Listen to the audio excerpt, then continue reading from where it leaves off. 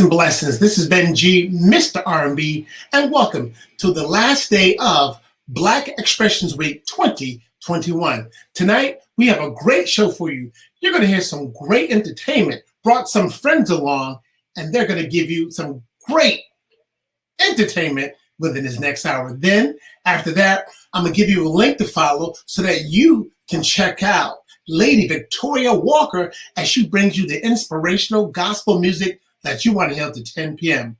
Right now, I'd like to welcome the Pajama Brunch.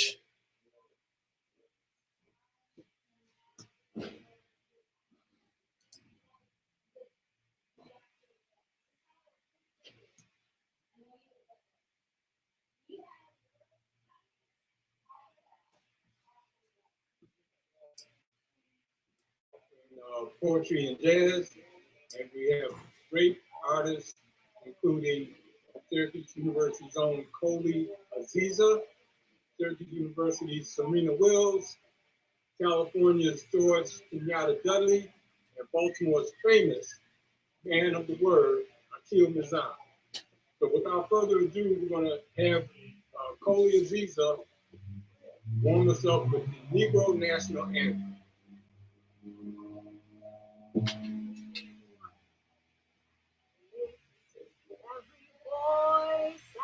And sing till earth and heaven ring with the harmony of liberty.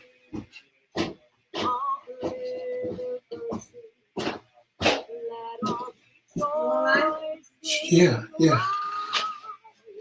High as the evening sky.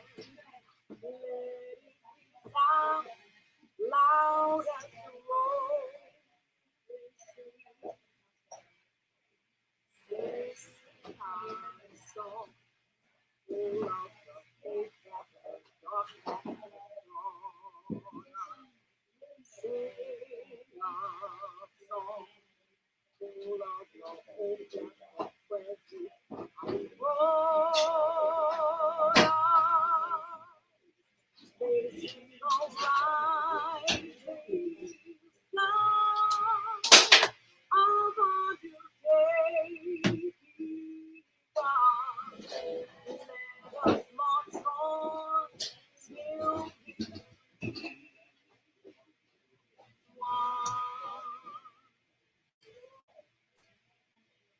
Wow.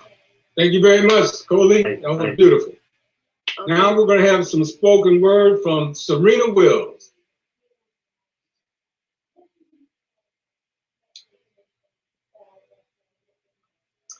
Peace and blessings, love and light to everyone. I hope all is well. And good evening. I'm always used to saying good morning or good afternoon since we are the Pajama Brunch. This is more like the dinner edition. So I wanted to share a poem with you tonight. It's titled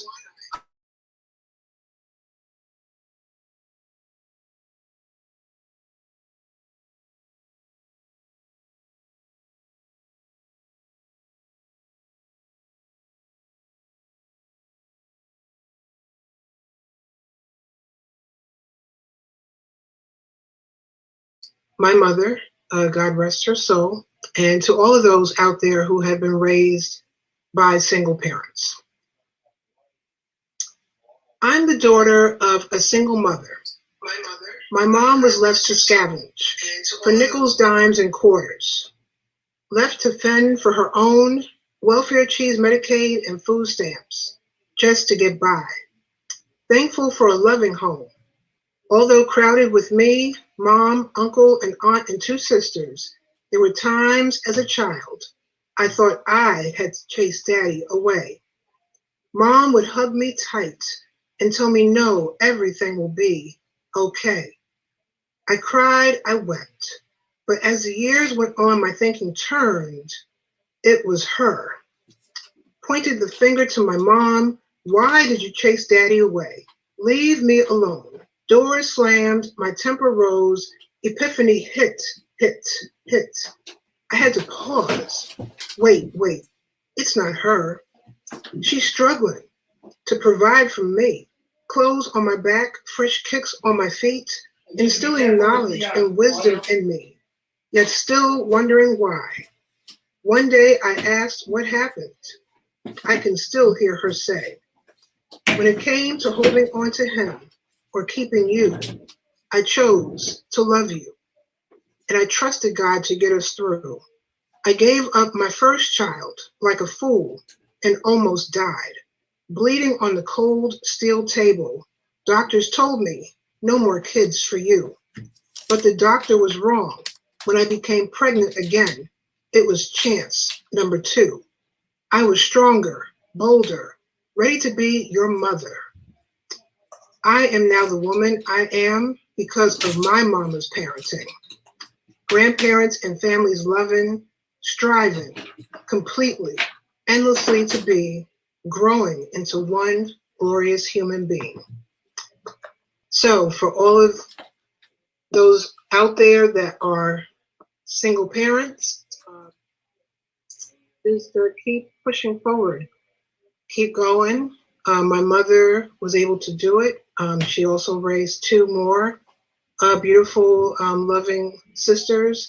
One has also passed on to glory, but just be strong in the fight, and just know that your child will definitely appreciate and appreciates now everything you are doing.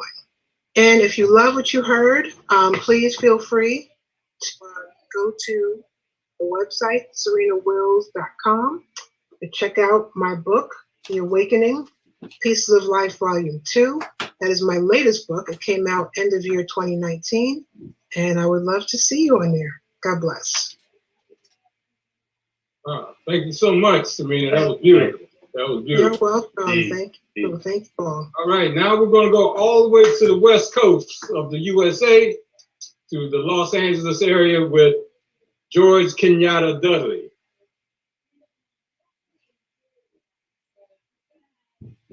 Okay, thank you very much. Can everyone hear me okay? All right. Huh? See or no? Okay, we got it.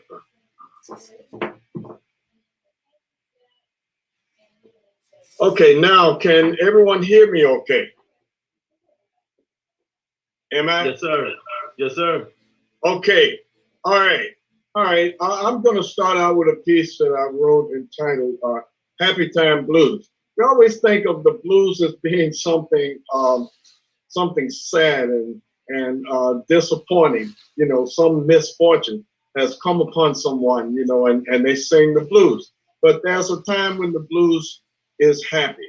And it always made me feel good. So I like to do this song entitled Happy Time Blues.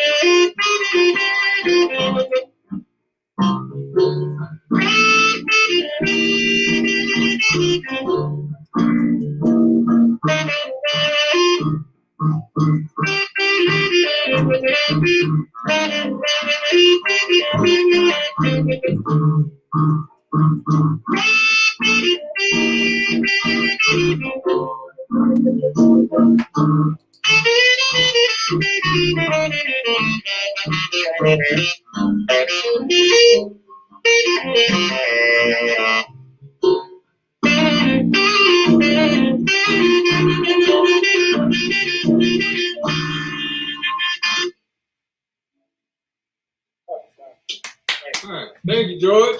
That was nice, man. Swing it. Swing it. Very cool.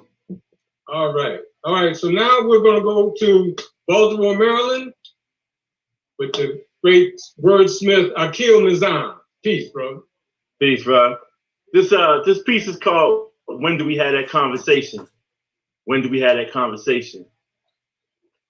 Sister Soldier said, if the truth hurts, then you'll be in pain. And if the truth drives you crazy, then you'll be insane. When one passes away and heart pumps no more blood in vein, do you think our lack of heart to study their good, bad, and ugly to a degree makes their life lived in vain? Heartfelt condolences to you and yours in this time of loss. I'm not sure if this is a good time to say this, but if it's apparent that the manner in which one lived caused them to die, when do we have that conversation? Surely you're grieving and mourning and may be in dire need of consolation. I'm just saying, as much as I believe with respect for life, we should be studiously analytical. In the time of bereavement, the last thing we want to deal with is one being unscrupulously critical, who doesn't even know your people like that, let alone love them. It's wisdom in conducting a holistic mental, physical, and spiritual autopsy. But then again, who are we to judge them? When there's a loss of life, beloved family, do you agree with me that it seems that we all too frequently do things immediately after one passes away that repeatedly distances us further and further away from fertile teachable moments, pregnant opportunities that could give birth to new outlooks on life, but we don't seem to want it. Like players in crunch time with no balls, we don't seize the moment. For real, they could have been fuel for hell on earth and dwelling more dirt than grave diggers and worms, but when it's their turn to be escorted in the back, dressed well in a hearse, it's kind of hard to believe that no matter how wild they are, and light of the Most High in His laws, when people die, we will lie and say in the people's eyes, they were a flawless child of God? Really? When someone passes, I'm asking if in your humble observation, one's lifestyle was actually their death style. When did we have that conversation? Because honestly, in a time of grieving, who wants to be speaking when you're seeing people are not listening, but merely heard the sound of your voice? Like, what farmer knowingly plants seeds on concrete? Don't they want fertile ground? Likewise, with husband who's soberly minded co-decided with his wife that they trying to have a child, no doubt, but get to the heat of the moment and be about to erupt and then pull out. That's just nuts. What I'm trying to say is, if we desire effective communication, shouldn't we strive to find the best time to say it? In conclusion, if in your humble observation, one dies because of how one lives, when do we have that conversation? Thank you, Akil. That was nice. Thank you. Thank you. Okay, well, I guess my turn has come up. Seeing that, talking about black love and family love and things like that. Well, we can't have a family. It takes two to tango. It takes a strong, conscious male and a strong, conscious female. This next song I wrote for a wedding, two friends of mine many years ago, and I recorded it on my album, Ramat Shabazz Original Jazz, and it's proven to be one of my most popular and in-demand selections. This is called Tahira and Ali, the wedding song.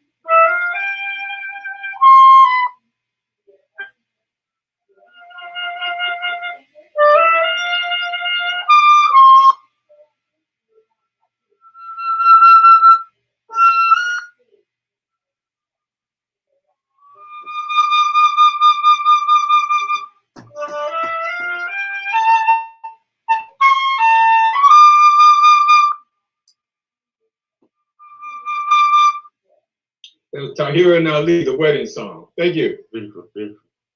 Okay, well, this is the Black History Month question period, and we like to let our audience get to know our participants, and also remind our audience that we surely can accept donations via PayPal at adventureswithwilson@gmail.com via PayPal, and that's always appreciated. But our first question is this. Black American ingenuity has not only produced the music called jazz, but has also created a unique cuisine called soul food. So our question is, what is your favorite soul food dish? And I'm going to answer mine first, because my favorite soul food dish is that navy bean pie. Yes, navy bean pie. It's an original part of our culture, and it's known throughout the country, and it's healthy, and it supports many in our community. I mean, it's a wonderful dish. My daughter makes a great one, and I encourage everybody who has not tried it to give it a shot, because I mean, you'll go back for more. So, Coley, I'm gonna pass it on to you. What is your favorite soul food dish? Gosh, you're making me hungry. Okay, so I love collard greens, but not just collard greens by itself. You have to have collard greens and cornbread together. So that's my favorite. All right, that's it. All right, give us some words there, young lady. All right. So I'm actually going to read a poem that I wrote called Exist. But before that, I want to make sure, usually as artists, we are not supposed to point out when we make errors, but I want to make sure, in paying homage and respect to the ancestors, James Weldon Johnson and his brother, who wrote Lift Every Voice and Sing, that there's a lyric that I said wrong, because I want to make sure that folks know the lyric. It's sing a song full of the faith that the dark past has taught us. Sing a song full of the hope that the present has brought us. I knew I was saying it wrong as I said it, but it was already out of my mouth. So you got to keep going. But I wanted to make sure that I pointed that out, because a friend of mine that is involved, he's a activist, has said to me that we should be singing all of the verses. We just don't have time tonight. And so I wanted to make sure that I said that, so that we can become familiar with those lyrics, because it is our anthem. So this poem is called Exist. Everything points to the fact that we should not exist. Standing here, looking into each other's eyes, breathing in each other's breath, wanting to hold you close to my chest. Everything points to the fact that we should not exist. Tulsa, Rosewood, Wilmington, and then some. Holocausts we dare not speak of, afraid their horrors will break us. We have never mourned these losses. We have never cried out as a collective in the name of the universe. Why? We have never wept until our eye sockets burned, until our wells ran dry. We have never wailed and cursed the ones who tried to crush us for all the days of their lives, until our throats felt like an arid desert, until our tongues weaved magic spells to free us from the pain. Everything points to the fact that we should not exist, but yet we do. Tattered, torn, but not completely broken. Some have managed to actually break free. And how? How have we stumbled, but with back straight survived? Standing here, looking into each other's eyes, I find your breath. I hold you close to my chest, and I declare that I can see the God in you, that you are God, that I am God, that God does not die. God always exists, and they could never kill us even when they tried. Everything points to the fact that we should not exist, but that is their lie. We are alive, and through one another, we will live forever. Wow. Thank you. Thank you. All right. Now we're going to Miss Serena Wills. Hey, Serena, what you got cooking in that pot? What you got cooking in that pot? What's your favorite soul food? All right, so long story short, I can't eat it anymore because of dietary restrictions. But Before all of that, I used to love fried chicken and baked macaroni and cheese. And I would love the corner of the baked macaroni and cheese because it's way browned. And I would say, I just want that corner right there. Right. So only the edges. I didn't want the middle, just wanted the edges. Right. So, you know, no one has mastered dairy-free and gluten-free baked macaroni and cheese. It does not taste the same. I will tell you that. Folks have tried, but it just doesn't taste the same. Oh, that's something. Share some words with us. Okay. Good memories, though. Thank you. All right. So, so this poem right here is a response from the last poem. So, Father, Are You Here? I actually wrote this piece August 15th, the year 2000. So when I was 25, I just dated myself. When I was 25 years old, everything started coming together. And I never got a chance to meet my father. Unfortunately, he had passed away 3 months before I got a chance to meet him. But I did meet, and I'm still meeting, my father's side of the family. And with that, I met 2 of my sisters that I didn't know I had. So I had 2 sisters from my mother. I now had a combination of 4 sisters. So I wrote this poem dedicated to him, and it's called Father, Are You Here? The doors opened 3 months ago to my other family. I am blessed. All of those years wondering and thinking have finally come to a closure. As I look back to just last week saying peace to my 4 sisters, my family has grown. Now that it is known that my family has expanded, some do not know how to take it. As I sit here in Africa and look back at the loss of my father, I begin to wonder if he is here with me. My father is here with me as I live out his dream. He never made it to Africa. He never made it back home. Although he is with our Savior, who is God to me and Allah to him, he is also within me. Saluti, my Iya, always said he was in me. She would say, you are like him in so many ways. I didn't believe her, and as I grew older, I knew then that pieces of me were from him. I ask again, Father, are you here with me? We are all pieces of you. I have your looks, graceful walk, and slender, tall shape. My long strides are even defined as you. So I ask, Father, are you here? As I stood by the Indian Ocean, I heard you talking. I felt a strong presence come over me. My mother's spirit always, and now I feel yours too. As the 2 of you came together to make me, the spirits of Yemaya and Shango were united today. After 25 years, it finally became one. You were with me all this time, and as you look down, and instead of that frown, you grin. Your crown is high, and your eyes are wide as you stood beside me. Your spirit at peace, shining from the heavens, holding my hand and easing my mind, circling your daughters of 3, traveling with us always. Father, you are here with me. Mother was right as she told me you would always be in sight. Spiritually, she meant, since the physical needs were not met. Spirit is strong and yet divine, my Father. Now that I know you are here with me as you walk with my sisters, indeed, I no longer worry where you are because your spirit is here within me, breathing, listening, and guiding me to the right path. Look at me and see yourself.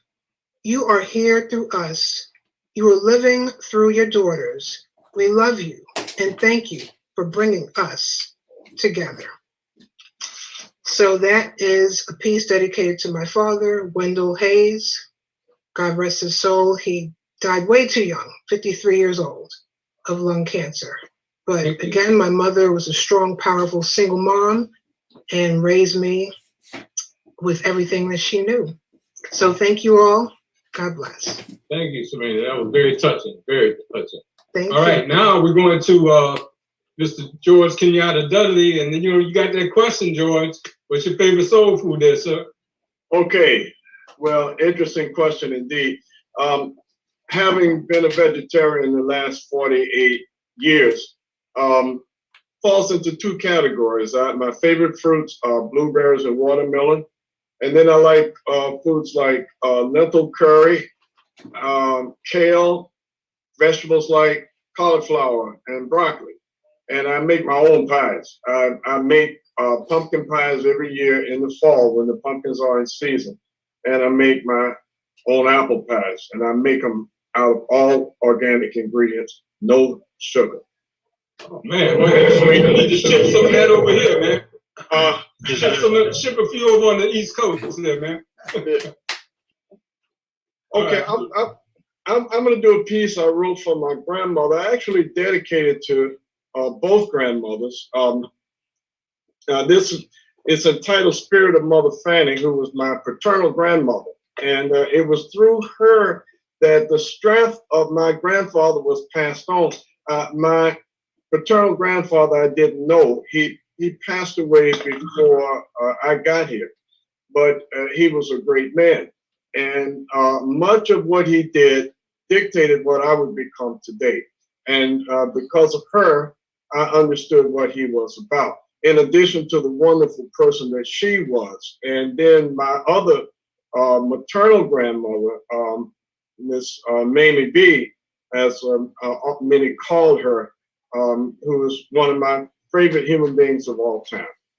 So this piece is entitled Spirit of Mother Fanning, dedicated to my grandmothers.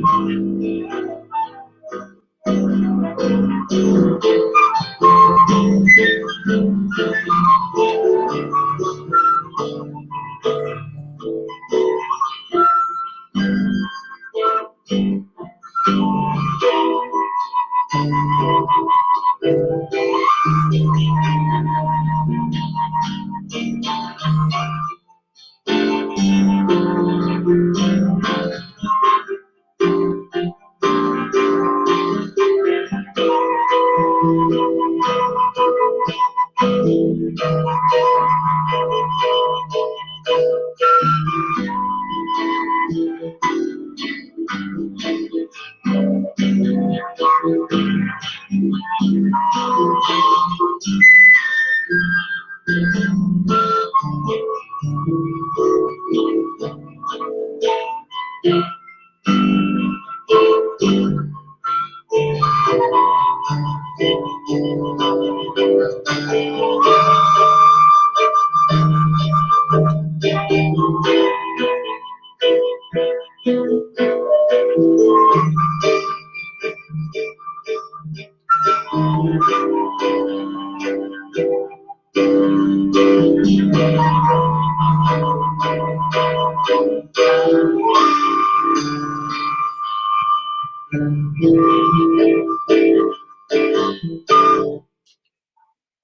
you, Spirit of Mother Fanny. Available on my CD. Very nice. Beautiful. Very nice. All right, we're going to Brother Akil. Yes, All right, Akil, this is a tough question, brother. What's your favorite soul food, sir? I had a little story, but it would take too long to tell. So I just get a quick answer. And when I was younger, my favorite food that my mother used to make was the macaroni and cheese. And then I co-signed, Smokey Robinson said I second that emotion. What you said about the bean pie, definitely co-sign with the, I'll just leave it there for the quick answer. Excellent. You got some words for us? Yes, sir. So this piece was inspired by one of the most beautiful experiences that I had in my life. I experienced it in the presence of a sea of our people in 1995 on October 16th. The name of the piece is entitled Jamila. Her name is Jamila, meaning the one so beautiful. Have you ever met one so physically attractive that you forget to be dutiful and seeking an inner beauty? One that's so fine that you don't look beyond the surface to the beauty of her mind? Not just a dime, multiply that 100,000 times. When I saw Jamila, it was a holy day. To me, it was divine. It was an overwhelming event, but only to see it with physical eyes is amidst the best part of the planet Earth. Now talk about between the thighs, between her ears. You hear? Do you know what I mean? Living proof of what Coltrane called a love supreme, a love supreme. More than you hoped or prayed for. She's above your dreams or wildest imaginations of infatuations. I remember the day that she was seen. I met Jamila in 1995 on October 16th. I feel more fortunate than Maxwell, one in a million like Larry Grant. So many brothers came to see her. It was like a Hajj or caravan, a love just like that jam by Isley Jasper Isley. We must look beyond the body to judge Jamila wisely, not just with the physical. With her, my third eye sees that we must look past the bodies into the mind of the divine. Again, she was fine as 200,000 plus dimes. My third eye sees her essence. In Jamila, I felt Allah's presence. The Holy Quran says, for the womb that gave birth to us, we should have reverence. And all our sisters should be honored and respected. She had a whole lot to say, but her primary message was one of reconciliation and, of course, atonement. It was no day of one night stand. I can't get caught up in the moment. It was a microcosm, a sign. It's been called a glimpse of heaven.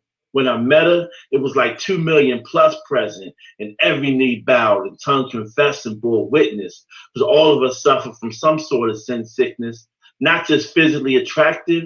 Indeed, Jamila, Shiva, the beautiful one, is a healer. 2 million plus were there. Many more at home did hear her. She said to start with the man and woman in the mirror.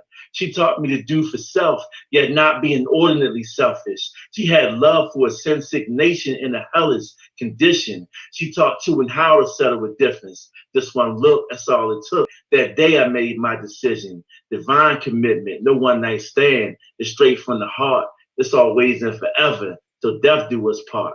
It was heaven on earth when Jamila and I came together. No wham bam, thank you, man. We gonna make it last forever. It was heaven on earth when Jamila and I came together. Like Keith Sweat and that other sister, we gonna make it last forever. Long live the spirit of the Million Man March. All right, Akil. Thank you, brother. All right. You. Very good. All right, so it's back around to me again. Well, our next question is an easy one. We know that in the Black community, children have always invented unique community games.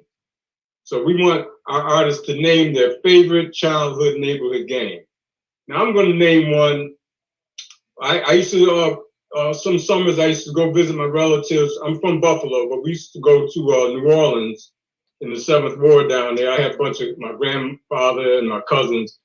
And my cousins used to play a game, you know, we were like 9 or 10 years old, a game called Coon Can, right?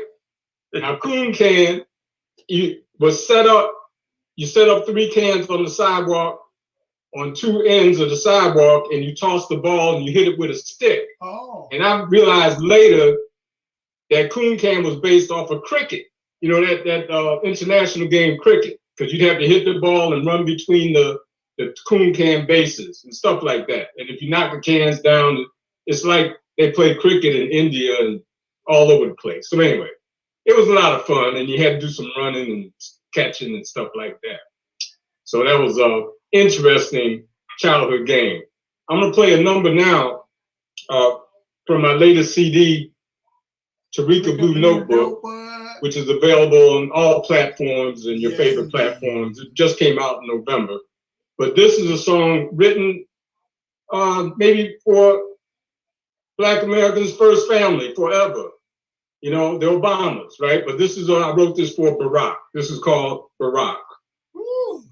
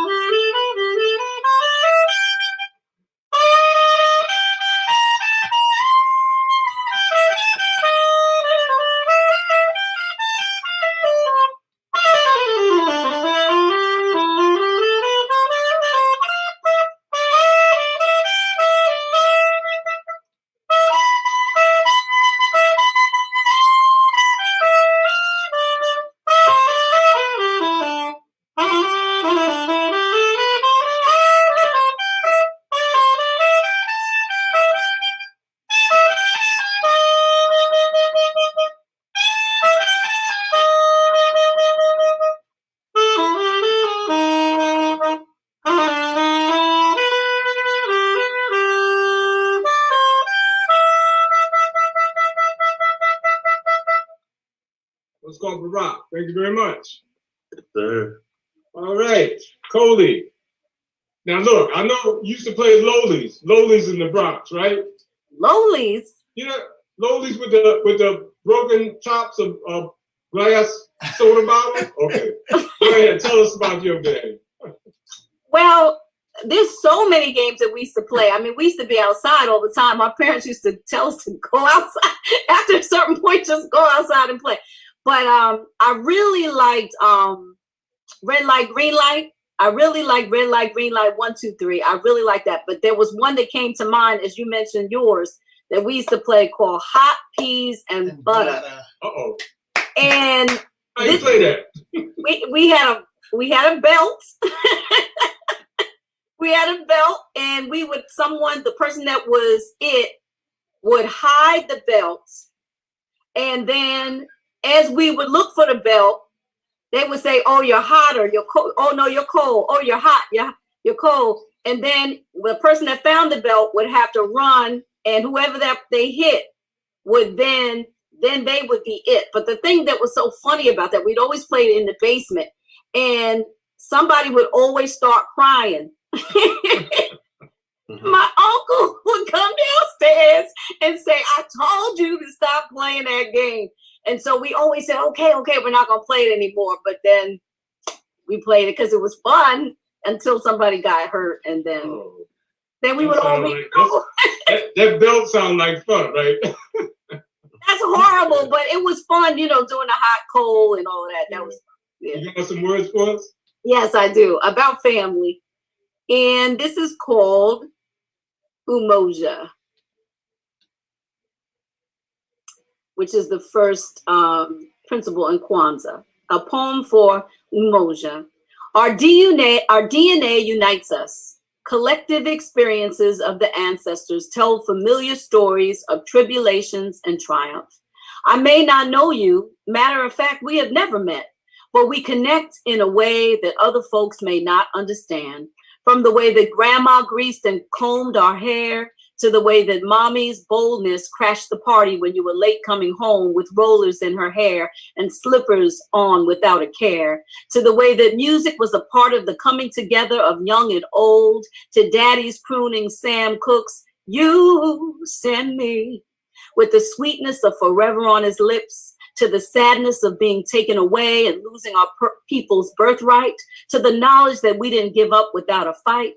We are connected to one another, even though images and words try to divide. Let's like one another and love one another and celebrate one another and support one another, even though many things scream that we should distrust and even hate. We are family, and we are not a homogeneous tribe. What tribe is from where? But we thrive when, in spite of our differences, we realize that Umoja is a beautiful thing, a gift, an acknowledgement of our greatness personified. Wow, very nice. Very nice, Cody. Very nice. All right, we're getting ready to go to Serena, but I want to acknowledge Ben Green, another Syracuse University graduate, who's one of our technical advisors and producing this wonderful program. I mean, Ben does fantastic things, and I salute you, brother. Thank you. Okay. All right, we're gonna go to Serena. And Serena, what's that game you used to play now? All right, so I knew someone was going to say hot peas and butter, so I had a plan B. Okay, so I had a plan B because I knew someone was going to say it. So, but we used to play it outdoors. That was really tricky. But I played double dutch. Oh, and everybody's like, "Oh, where'd you buy your rope from?" We didn't buy rope. So you went and you waited for the telephone man to come, and as he replaced the wires, you would ask for some of the telephone wire. And we would use that as a double dutch rope. And for those, for some reason, who don't know what double dutch is, it's not just a single jump rope. You are turning with two hands, and we're doing pop-ups and all types of tricks, and would play until nightfall. So that was my favorite. That takes some skill, no question. It takes some skills to get in the rope, yes. Yep. All right, you got some words for us? I sure do. So this piece is titled Abundant Love. So I'm going to stay on the path. This is dedicated to my mother and all the strong Black mothers out there. And I actually wrote this for her, probably around 2007, 2008. So she actually received this poem as a Mother's Day present. Her touch and embrace, as she wiped the tears from my face, holding me tightly, whispering, "It's going to be okay." Cleaning the dirt away from my scars, I remember those days when Mama would make everything feel like brand new. Between cuts, scrapes, bruises on my skin from falling on my knees yet again, Mom has a tender touch as she told me to hold on tight. The sudden burn disappeared as Bactine was sprayed on my wound. In between sobs, saying, "Thank you, Mom." Always wiping away the pain, whether it was a scrape on my elbow or another love that didn't go in the direction that I thought it would be. Times when I couldn't understand what was happening to me, laughing now because I was just going through mere puberty, causing her drama, but all Mama could say was, "Everything is going to be okay." Mothers have a way with words like no other. To this day, I'm amazed of your strength and often wonder, how do we make it through? I love you for being my warrior, knight in shining armor, pillars in my temple, tending to my every sniffle, sneeze, fever, body ache, and shiver, raising all three on faith, hope, and love, reminding me that we were no one's charity case.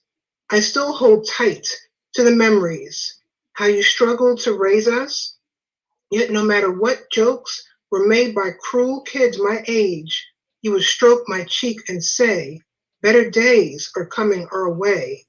Somehow you managed to pull another smile out of me. Mama, my ear, Sauti, my love. I can say on and on how much I love and adore you. Worship the ground you walk on, and I feel it still wouldn't be enough. Relationship like no other, blessed to call and have you as my mother. God had a master plan, and although times were tough, you made it work for us. I salute you and every other Black mother by simply stating, I love you. So that piece always chokes me up. My mom's been gone 11 years now, but I'm so thankful she was able to get this piece as a present before she passed away. But again, if you love what you hear, check me out, serenawills.com, and thank you.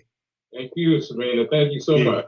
That was beautiful. Welcome. Thank you. All right. So now we're heading to California and George Kenyatta Dudley. What time is it out there, George? I mean, it's still sunlight or what?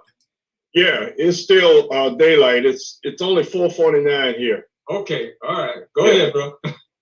All right. So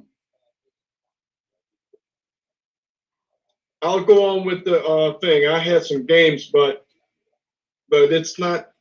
That's okay.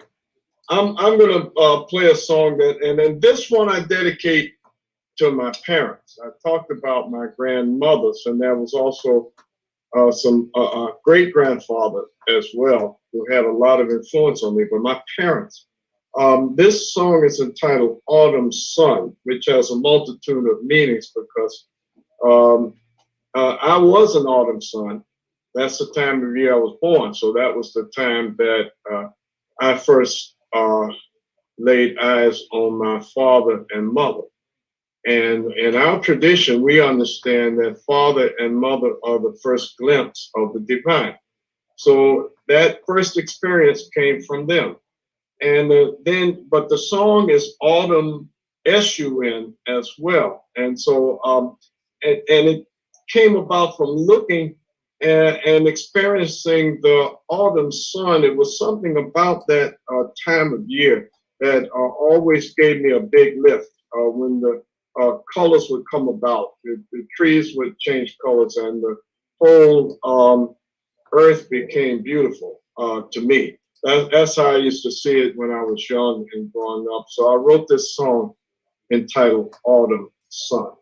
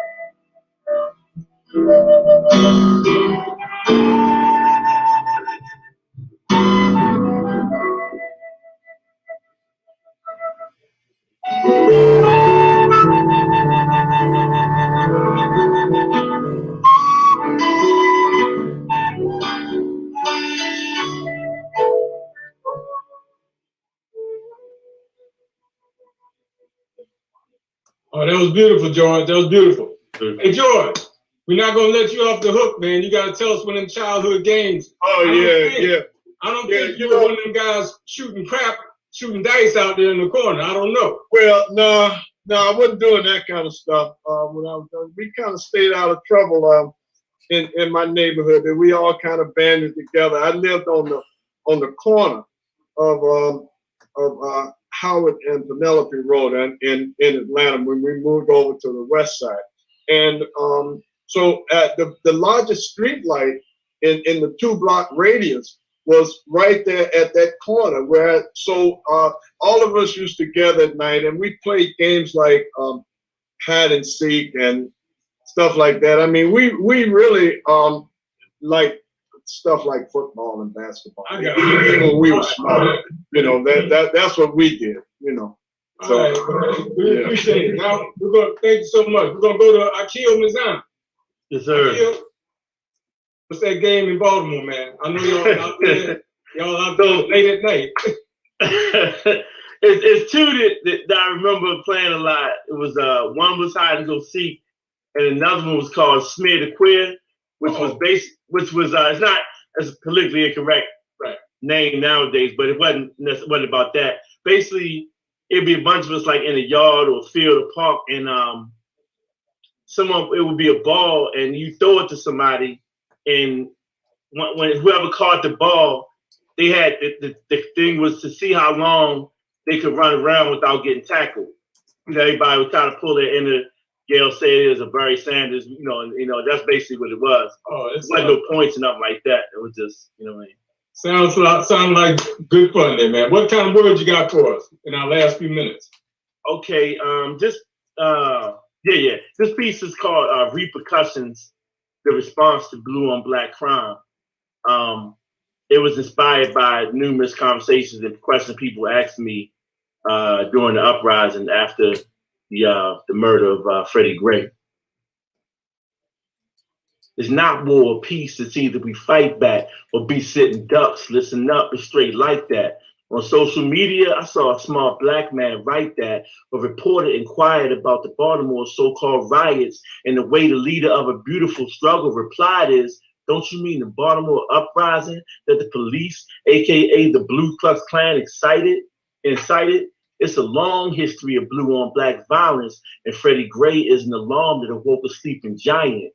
And why do you think Thomas Jefferson, a former president, said, for the United States he trembles when he reflects that God is just and that his justice cannot sleep forever end? You need to know you reap what you sow. Reckless abandons been your way of life, so you pay the price. And the questions many were asking while acknowledging the harsh reality of police brutality and tragic fatalities, what they said they not understanding it is how come the older seem engaged in civil unrest while the youth seem enraged and random acts of violence is pointless, unjust, and senseless. Obviously, to them, Black lives matter way less than white property that we know can be replaced, refurbished, rebuilt. But how can Black families regain loved ones whom police killed? Is justice or else? To answer the reoccurring questions that people were asking me, I offer a sports analogy. Imagine me balling, never getting calls when opponents are constantly fouling me. I maintain my composure. For the team, I take it. I clearly and calmly alert the officials who seem suspiciously complacent. Game after game, I see nothing change in terms of how it's officiated. Year after year, I took it, upheld my discipline, and showed the media and the league tons of evidence via video footage. Then it got to the point to where I couldn't take it no more. In scripture is written, retaliation is a prescription for ills. So at some point, you already know what a woman or man to do. Take matters in their own hands, right? It may not be politically correct, but isn't it understandable? And what is the right response to blue on black violence? And why do we expect self-incriminating or life-eliminating injustice or evidence?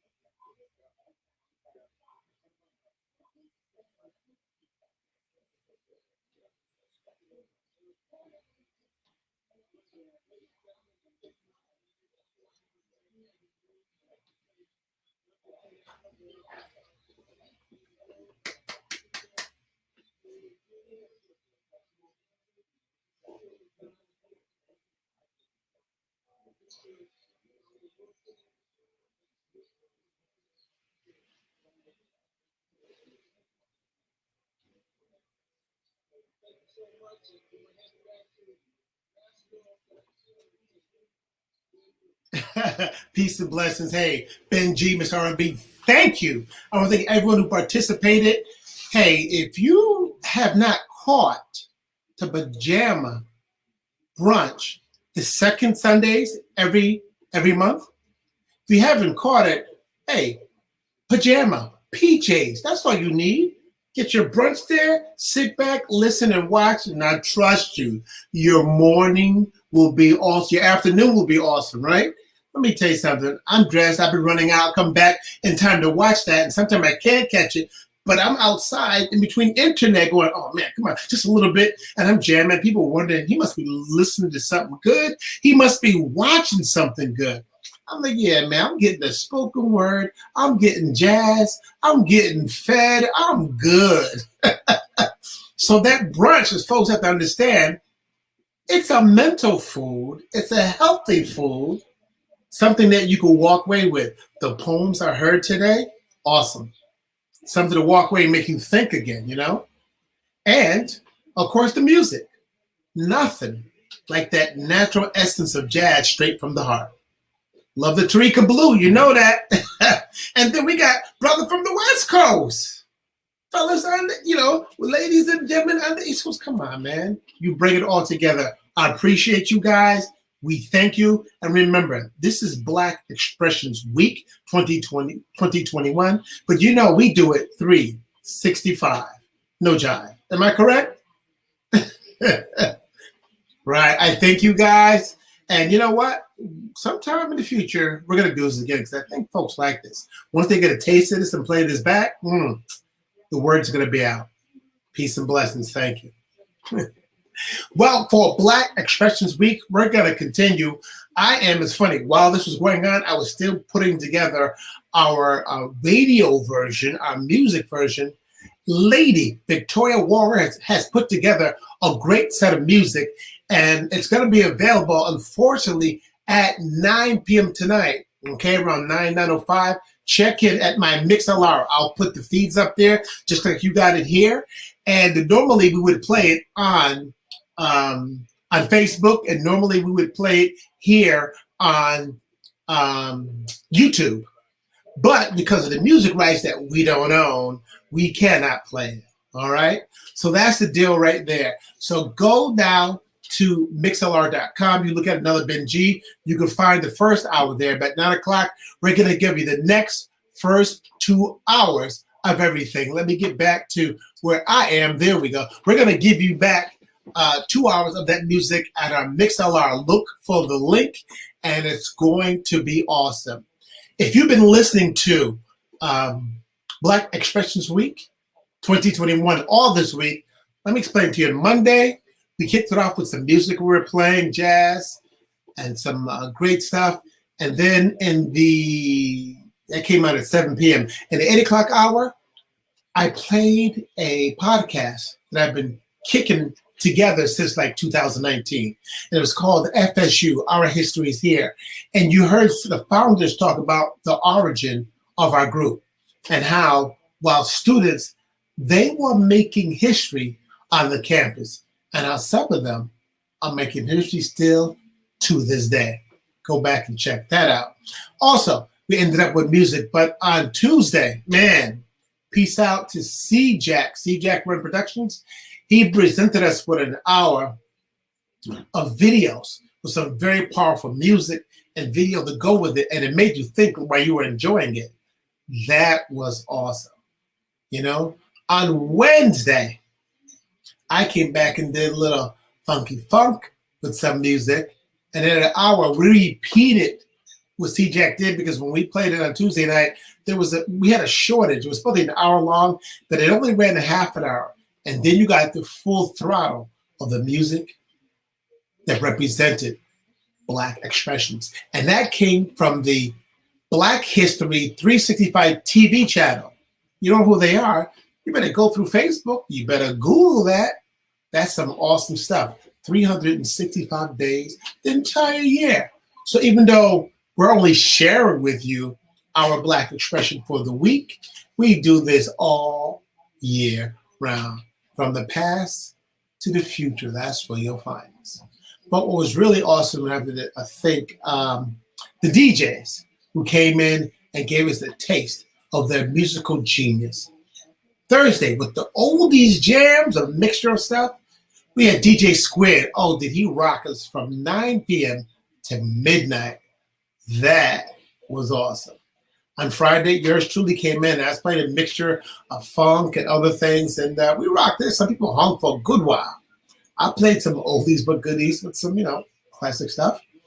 Then on Saturday, we had the Dharmic Soul Session with DJ Secure. Prince! Yes. Now, let me tell you something. Went to school with his brother, and he is going into forensic at Harvard. Harvard forensic. Yes, yes. Yeah, he likes music, but that brain is working in more than one way. He expressed himself with awesomeness. I was up at night and it's hard to go back to sleep after you hear those tunes. You're like, okay, I gotta go back to it. So our expression was deep, and today we brought you the Sunday. We brought you the Jazz Brunch. I keep calling it the Sunday Jazz Brunch, but we brought you the Jazz Brunch, and that happens every second Sunday. Look on Facebook, Adventures with Wilson, and you see below. If you have PayPal, you can make a donation to help them to continue to do what they do, because it's hard. This is not easy. AdventuresWithWilson@gmail.com. Please help them out. And speaking of helping out, Black Expressions Week 2021 has been made possible with some funding and contributions courtesy of Marilyn Batchelor, Lady Victoria Walker, and Pat Travers Johnson. We thank you very much, along with yours truly, AnotherBen G production. It's about a few minutes after 8, but at 9 p.m., look for our feed as we're going to send you the link on Mixlr.com, and you can listen to some of the greatest gospel inspirational music featuring our guest host, Lady Victoria Walker. Peace and blessings. This is Ben G, Mr. RB. Thanks for checking in. And remember, Black Expressions Week 2021 all year round.